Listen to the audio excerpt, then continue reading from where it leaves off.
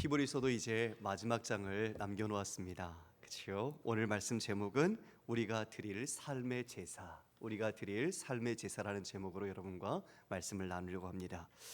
성도 여러분, 이 히브리서의 그때 사회적 배경, 시대적 배경을 보면 지금 믿음 때문에 위기 그리고 배도의 위협, 여러 가지 혼란하고 어려운 상황에 놓여 있던 그들에게 히브리서 기자는 믿음을 일깨우며 예수 그리스도가 어떤 분인지 다시 한번 그들이 굳게 붙잡도록 권면하고 있습니다.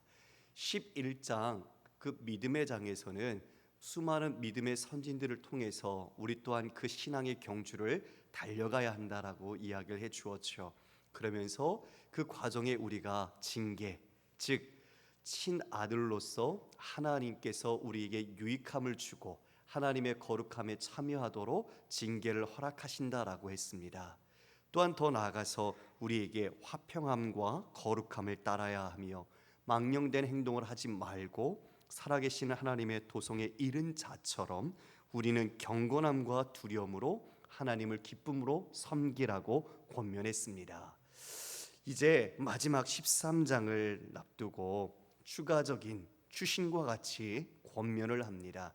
우리에게 어떤 구체적인 순종이 더 요구되는지, 그 어려운 그 공동체 안에 어떤 무엇을 더 추구하며 서로가 함께 힘써야 하는지를 권면하는 것인데, 우리가 그 말씀을 통해 우리 가정과 우리 공동체에 적용하면서 더 믿음으로 굳건히 서기를 주님의 이름으로 축원합니다. 여러분, 1절 말씀을 보니까 형제 사랑하기를 계속하고, 1절로부터 3절까지의 전체 주제를 아우르면 형제 사랑입니다. 그런데 1절에서 형제 사랑하기를 계속하라고 말합니다. 단회적인 사랑이 아니죠. 형제를 사랑해야지라는 인식 속에서 한번 자선을 베풀듯 사랑하는 것이 아니라 우리가 그리스도의 사랑을 받고 누리는 자로서 그 사랑을 중단 없이 포기하지 말고 계속하라는 겁니다. 왜 이렇게 말했을까요? 교회 공동체가 신앙의 배도 그리고 그 위협 속에 어려움이 있었잖아요. 그러니 그 공동체가 굳건하게 하나 되기 위해서는 서로를 돌아보는 형제 사랑이 요구되었던 겁니다. 우리가 앞서 본 것처럼 하나님 사랑과 이웃 사랑은 가장 으뜸되는 계명이죠. 뗄래야 뗄 수 없는 우리에게 중요한 계명입니다. 하나님을 사랑하는 자는 형제를 사랑하는 것이 당연하고 자연스러운 겁니다. 그러므로 우리는 그 형제를 사랑하는데 힘써야 할 것이죠. 예수님께서 제자됨에 대해서 이야기한 구절 3가지가 있습니다. 제자는 어떠한가, 어떨 때 제자가 되는지에 대한 내용을 성경에서 3군데에서 말씀을 해주셨는데요, 그 중에 하나가 사랑과도 연결되어 있습니다. 3가지가 뭔지 먼저 좀 살펴볼까요? 요한복음 8장 31절에서 32절 말씀인데요, 이 말씀 속에서 이렇게 예수님 말씀하셨습니다.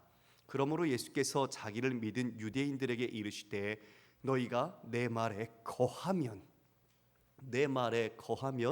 참으로 내 제자가 되고 진리를 알지니 진리가 너희를 자유케 하리라. 너희가 내 말에 거한다는 것은 그 말씀 안에서 살고 그 말씀을 따라 순종하는 것이겠죠. 즉 하나님의 뜻, 하나님의 명령, 그 계명을 따라 살아간다면 그것이 바로 제자다라고 이야기를 해주셨습니다. 두 번째는 요한복음 15장 7절 8절의 말씀인데요, 너희가 내 안에 거하고 내 말이 너희 안에 거하면 무엇이든지 원하는 대로 구하라. 그리하면 이루리라.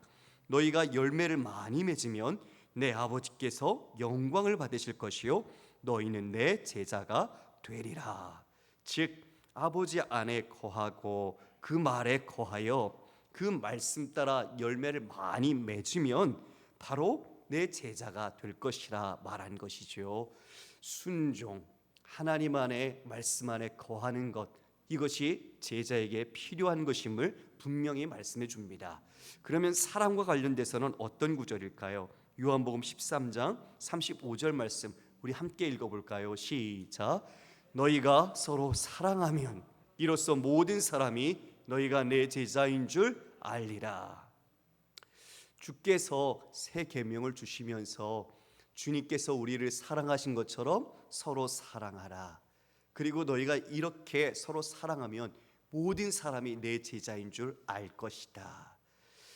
이 사랑의 행함, 하나님의 말씀에 거하고 주님 안에 거하여 그 열매를 많이 맺는 것, 그리고 그 가운데 이와 같이 주님께서 우리를 사랑하신 것처럼 서로 사랑하는 것이 바로 제자됨의 요구 사항이었던 것이죠. 그러므로 우리 계속 형제를 사랑하라는 이 명령은 제자라면 누구나 다 행해야 하는 하나님의 말씀입니다. 이 사회에 사랑이 점점 식어갑니다. 사람들은 불신하죠. 그러면서 경계하고 오히려 냉소적이고 냉정한 태도를 나타냅니다. 만약 그리스도인 우리마저도 이 사회, 세상 속에서 똑같이 불신하고 경계하고 냉정한 태도로 취한다면 이 사회에는 사랑을 찾아볼 수 없을 것입니다. 여러분, 우리는 그렇게 해서는 안 됩니다. 우리는 주님의 사랑 행하기를 중단하거나 포기해서는 안 됩니다. 사랑은 오래 참아야 하죠. 그러므로 주께서 우리를 끝까지 사랑하신 것처럼 우리도 주님의 사랑으로 지속적으로 변하지 말고 사랑할 때 사람들의 차가운 마음이 따뜻해지고 닫혔던 마음이 열리게 될 것입니다. 바라는 것은 바로 여러분들이 그런 주님의 사랑의 메신저가 되셔서 여러분과 만나는 모든 이들이 여러분의 표정과 말, 여러분의 인격, 삶을 통해 주님의 사랑을 경험하기를 원합니다. 세상이 줄 수 없는 사랑, 주님의 그 희생적인 십자가의 사랑이 여러분이 바로 그 삶의 열매로서 드러내며 그것을 바라보는 뭇 영혼들이 그것으로 주님을 알게 될 것입니다. 그리스도의 구속을 받아 가족이 되었지만 우리는 나와 같은 사람 아니면 나와 비슷한 사람만을 사랑하는 것이 아니라 다른 사람을 사랑해야 합니다. 우리가 교회가 다양한 사람들이 모였고 그 사람들이 예수 그리스도 안에서 하나가 되었던 것처럼 우리는 나와 성격이 달라도 배경이 다르고 직업도 다르고 성격도 달라도 우리는 그들을 주님의 사랑으로 사랑해야 합니다. 바로 그럴 때 사랑의 열매가 맺어가는 것이죠. 그리스도의 사랑을 받고 알고 누리고 있는 우리는 그러한 그리스도인은 그 믿음이 연약한 사람, 그런 사람들을 우리는 더욱 격려하고 사랑함으로써 그들을 바로 세워주어야 합니다. 사랑은 말에 있지 않고 행함에 있습니다. 그래서 우리가 말로만 사랑함이 아니라 우리의 행함, 그들의 결핍, 그들의 부족함, 그들의 소외, 그들의 차별 속에 우리가 함께하면서 진정 주님께서 오히려 죄인과 그리고 이 세상에서 차별받았던 사람들을 가까이 하시며 주님의 나라와 복음을 전하셨던 것처럼 우리가 그들을 마주하며 가까이 해야 할 것입니다. 여러분 2절에 보면 손님 대접하기를 잊지 말라라고 명령합니다. 이로써 부지 중에 천사들을 대접한 이들이 있었느니라. 창세기 18장에 아브라함을 떠올립니다. 아브라함이 부지 중에 찾아온 천사를 대접했었죠. 극진하게 음식으로 그들을 대접했습니다. 그런데 그때 그 자리에 하나님이 함께 하셨습니다. 그 천사를 통해 신적인 만남을 갖게 되었죠. 그 만남 속에서 축복의 말씀을 받습니다. 아들에 대한 약속이었습니다. 알고 한 것 아니죠. 어떻게 했어요? 부지 중에 했대요. 부지 중에. 여러분, 우리 기독교에 있어서 이처럼 손님을 대접하는 것, 이것은 이제 환대라고 하는데, 이 환대는 기독교의 중요한 주제이며 핵심어이기도 합니다. 왜냐하면 하나님께서 우리를 환대해 주셨기 때문입니다. 이 환대라는 단어가 필로제노스라는 단어인데요, 필로제노스는 필로라는 단어와 제노스의 합성어입니다. 필로는 사랑이죠. 제노스는 이방인, 이주자라는 뜻입니다. 그러니까 이 환대란 말은 지금 이방인을 사랑하는 것, 그와 같이 낯선 사람, 외국인이라든지 자신과 관계가 없는 낯선 사람을 자기 형제처럼 자기 집으로 모셔서 편안하게 모시는 것이 바로 환대입니다. 이 환대를 하기 위해서는 필요한 게 있는데 그것이 바로 그리스도의 사랑입니다. 그리스도의 사랑이 없으면 진정한 환대를 하지 못합니다. 겉으로는 내 명예와 체면을 위해서는 환대할 수 있습니다. 그러나 진정 마음으로부터 우러나는 환대를 하지 못하는 것이죠. 그래서 우리는 예수 그리스도께서 우리를 환대하신 것에서 그 하나님의 사랑을 알고 우리는 그 마음으로 이 땅에 와 있는 외국인 노동자들, 다문화 가정, 그뿐만 아니라 우리 땅에 있는 수많은 낯선 사람들을, 또 우리의 이웃들을 그와 같이 형제 사랑으로 행해야 할 것입니다. 이와 같이 부지 중에 무의식적으로 아브라함이 손님을 대접했다는 것, 참 이게 중요한 초점이 있는데요. 그것은 곧 다시 말하면 이 환대를 하는 것이 그 몸에 배어 있었다는 것이죠. 자, 여러분 저를 보시겠습니까? 우리 인간은 자신도 모르게 무의식적으로 행동하는 게 있죠. 의식적, 의지를 가지고 우리가 행동할 때가 있지만 이미 우리 몸에 체득화되어 있는, 그래서 의식하지 않지만 자연스럽게 반응을 나타내는 행동으로 이어질 때가 있습니다. 아브라함이 그렇게 대접했다는 거예요. 누가 오든지 그 사람을 정말 온 마음으로 환대하고 친절을 베풀고 필요를 채워주는 그런 하나님의 환대를 했다는 것이죠.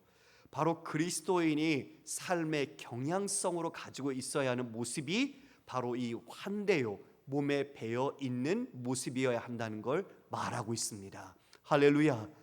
여러분 한번 자신은 손님이나 오시는 분들을 어떻게 대접하고 있는지 한번 생각했으면 좋겠습니다.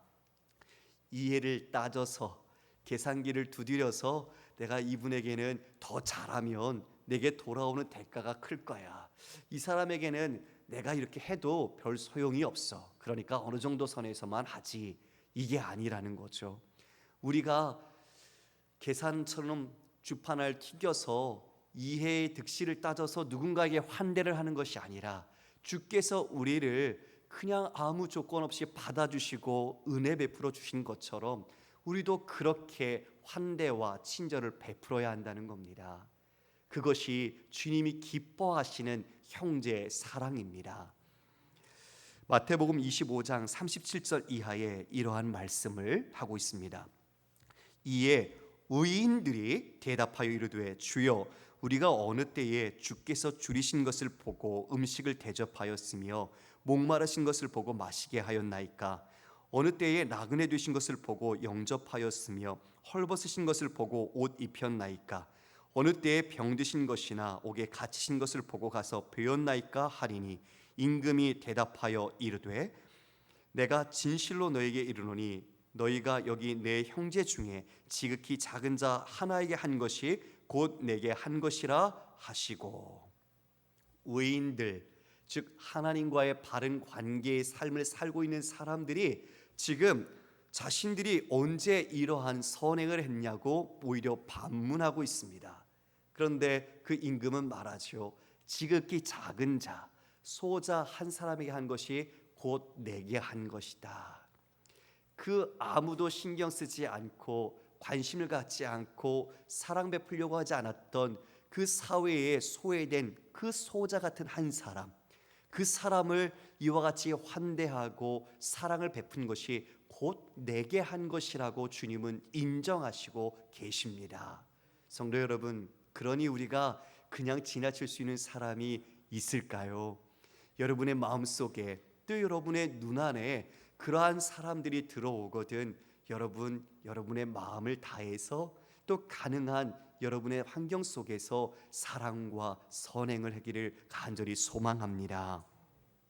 1세기 기독교 공동체에는 복음을 전하러 다녔던 순회 전도자들이 있었습니다. 그 한 지역에만 머무는 게 아니고 여러 지역을 다니며 복음을 전하는 거죠.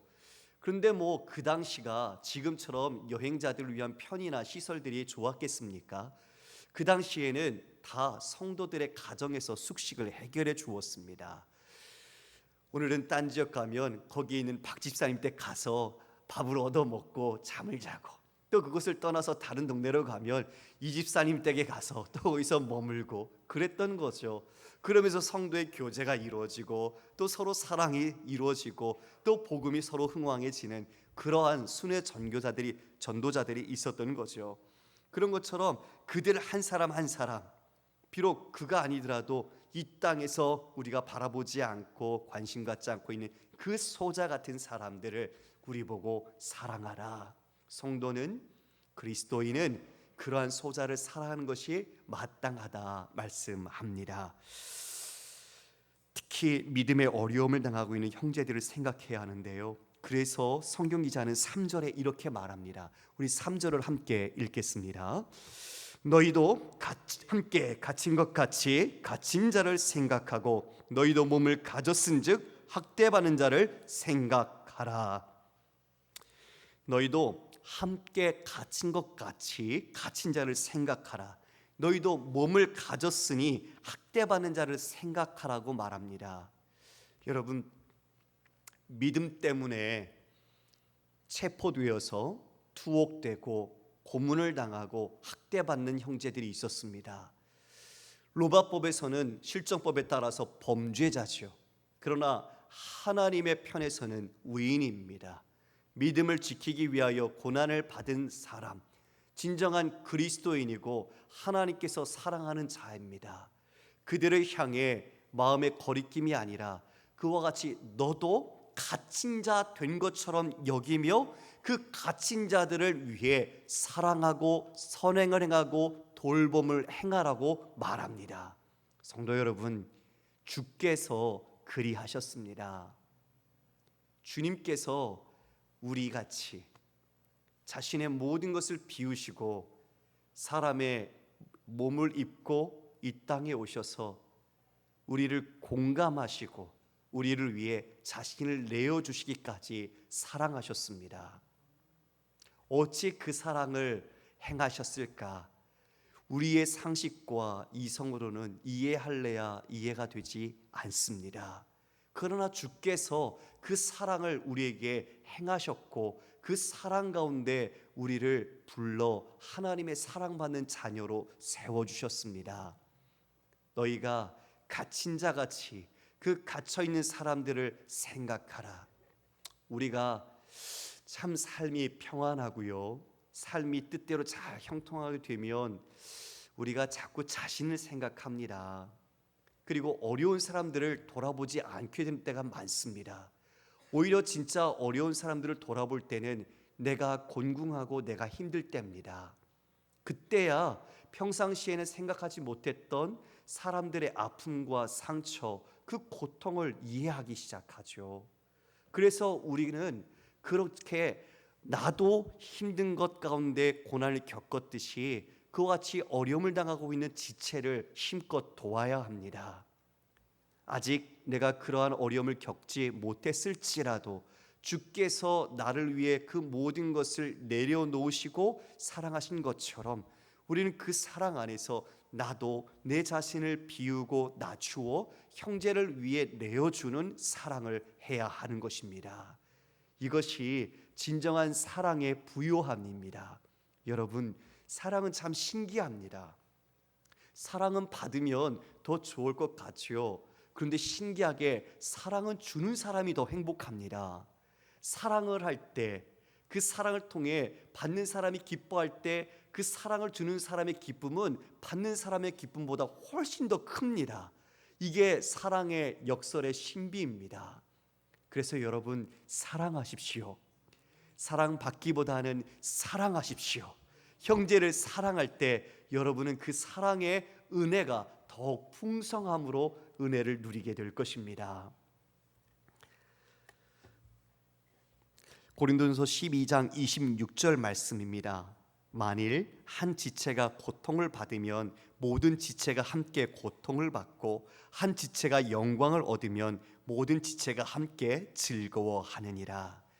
우리가 주님 안에 한 몸, 한 식구, 권속입니다. 그러므로 우리는 나만이 아니라 우리 형제의 고통이 나의 고통이고 또한 형제의 영광이 우리의 영광인 것이죠. 이것이 공동체 의식입니다. 연대 의식입니다. 말로만 하나가 아니라 진정한 한 가족. 그것은 나뿐만 아니라 우리의 지체를 돌아보는 마음으로 확장되어집니다. 건강과 시간, 환경이 언제나 한결같지가 않더라고요. 건강이 있을 때, 그리고 내게 시간이 있을 때, 그리고 내가 좀 더 움직일 수 있고 내게 좀 더 선행과 사랑을 베풀 수 있는 환경이 주어졌을 때, 그때 우리가 이 사랑을 행해야 합니다. 만약 나중에 해야지 라고 생각한다면 나중에 그 기회가 다시 오지 않을 수도 있습니다. 그래서 깨닫게 하시고 사랑의 마음을 주셨을 때 한 번 더 사랑을 표현하십시오. 더 필요를 채우시고 더 손을 잡아주시고 더 사랑의 인격의 말을 하시고 더 서로 안아주십시오.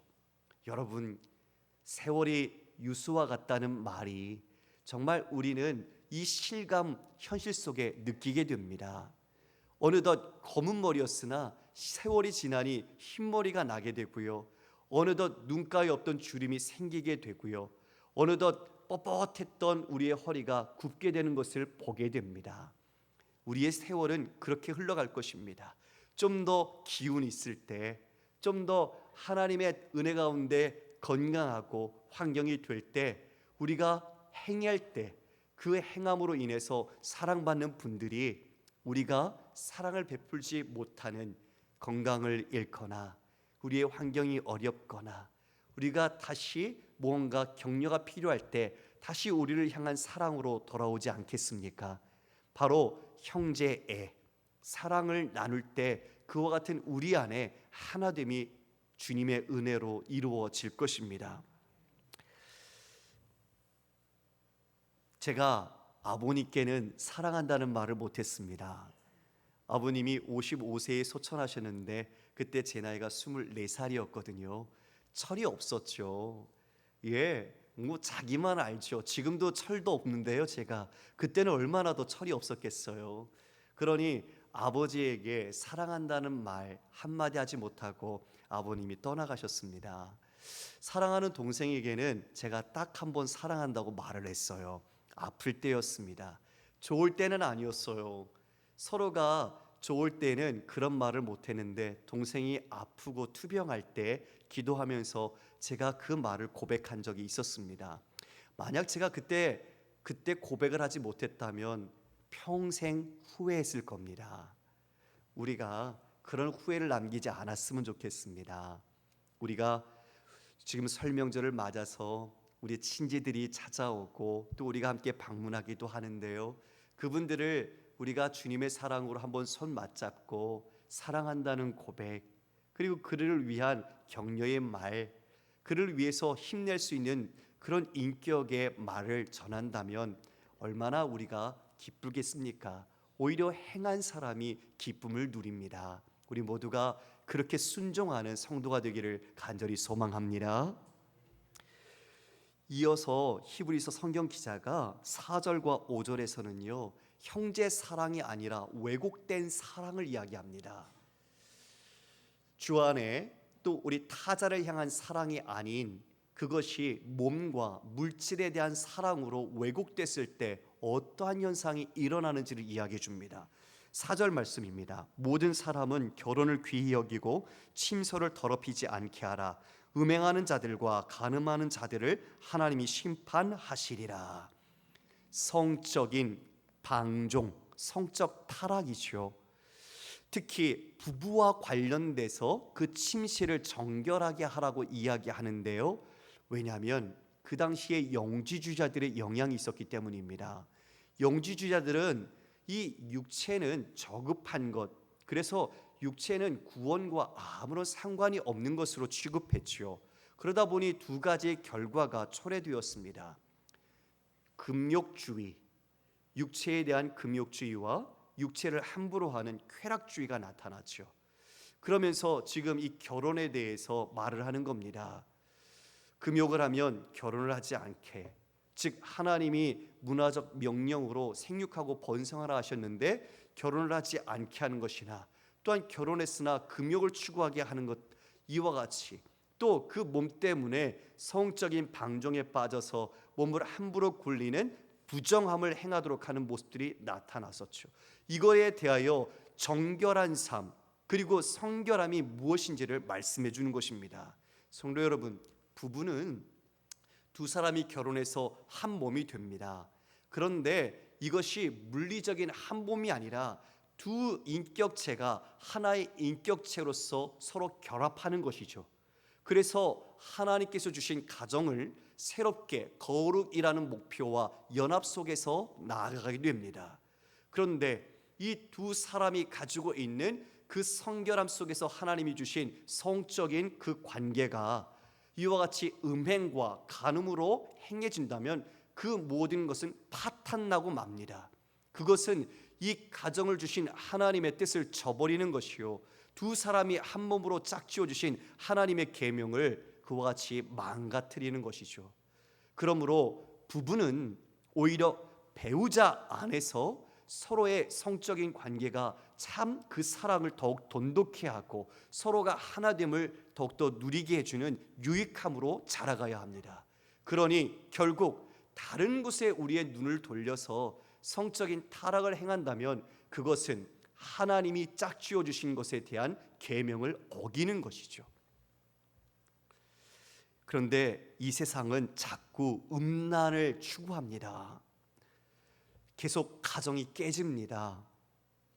외도, 다른 배우자 외의 사람들을 만나면서 그것이 마치 능력이고 하나의 문화적인 트렌드처럼 자랑하면서 말을 하기도 합니다.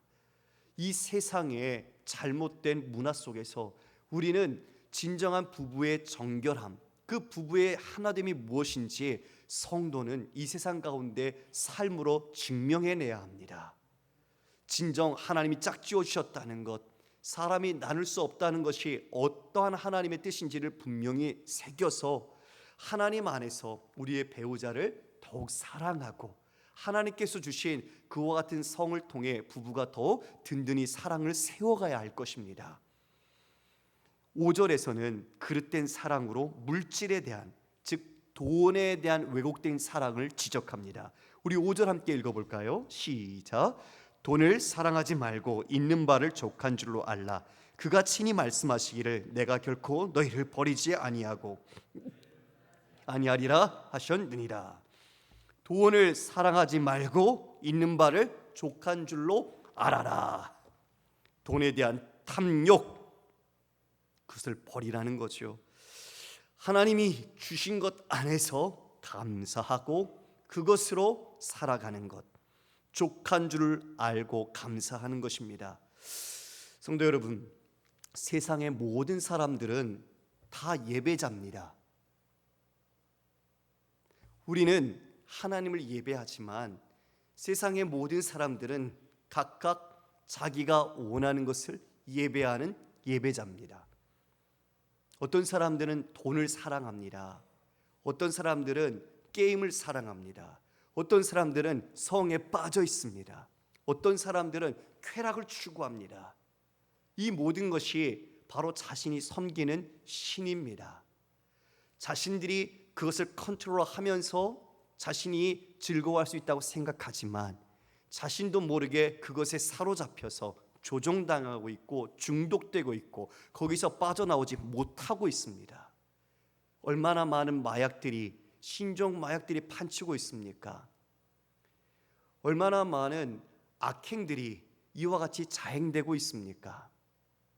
우리는 이 세상이 하나님이 아닌 다른 것을 섬기고 있는 모습을 보면서 우리는 진정 하나님을 어떻게 섬겨야 하는지 다시 깨닫게 됩니다. 수많은 사람들이 돈을 섬깁니다. 우상 숭배죠.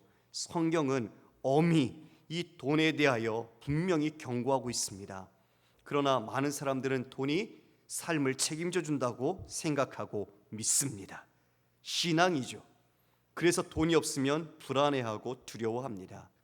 그러나 여러분, 소유로는 인간의 내면의 굶주림을 결코 채울 수 없습니다.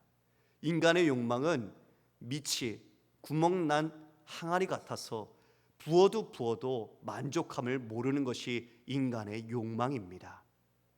그러므로 그리스도인은 오직 하나님만을 경배하고 주님만을 의지해야 합니다. 여러분, 돈을 의지하고 사랑하는 그리스도인이라는 말은 모순입니다. 다시요, 돈을 사랑하고 의지하는 그리스도인이라는 말은 모순입니다. 그럴 수가 없습니다. 한 분 하나님을 사랑하고 경외하기에 우리는 돈을 사랑하지 않습니다. 돈을 의지하지 않습니다. 우리는 주님만 의지하는 그리스도인입니다. 돈을 사랑하는 것은 하나님의 공급하심에 대한 불신이요, 불만을 나타내고 있는 것이죠. 이에 히브리서 기자는 구약의 말씀 신명기서와 시편을 인용해서 하나님이 어떤 분인지를 그 독자들에게, 우리에게 권면합니다. 신명기 31장 6절의 말씀을 통해서 내가 결코 너희를 버리지 아니하고 너희를 떠나지 아니하리라.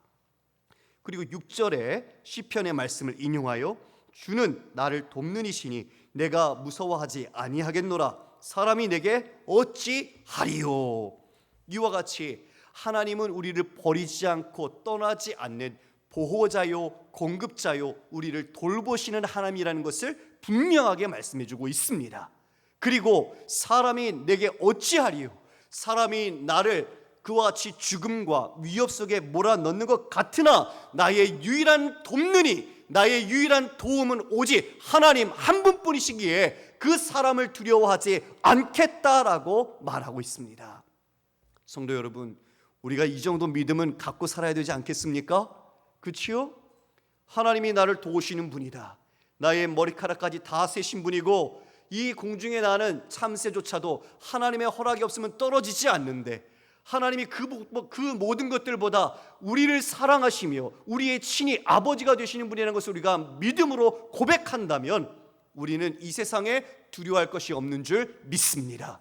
그러므로 우리의 유일한 도움이 되시는 주님만을 신앙하고 신뢰할 때 우리는 담대히 오히려 믿음의 기지를 펼칠 수 있는 것이죠. 말씀을 정리합니다.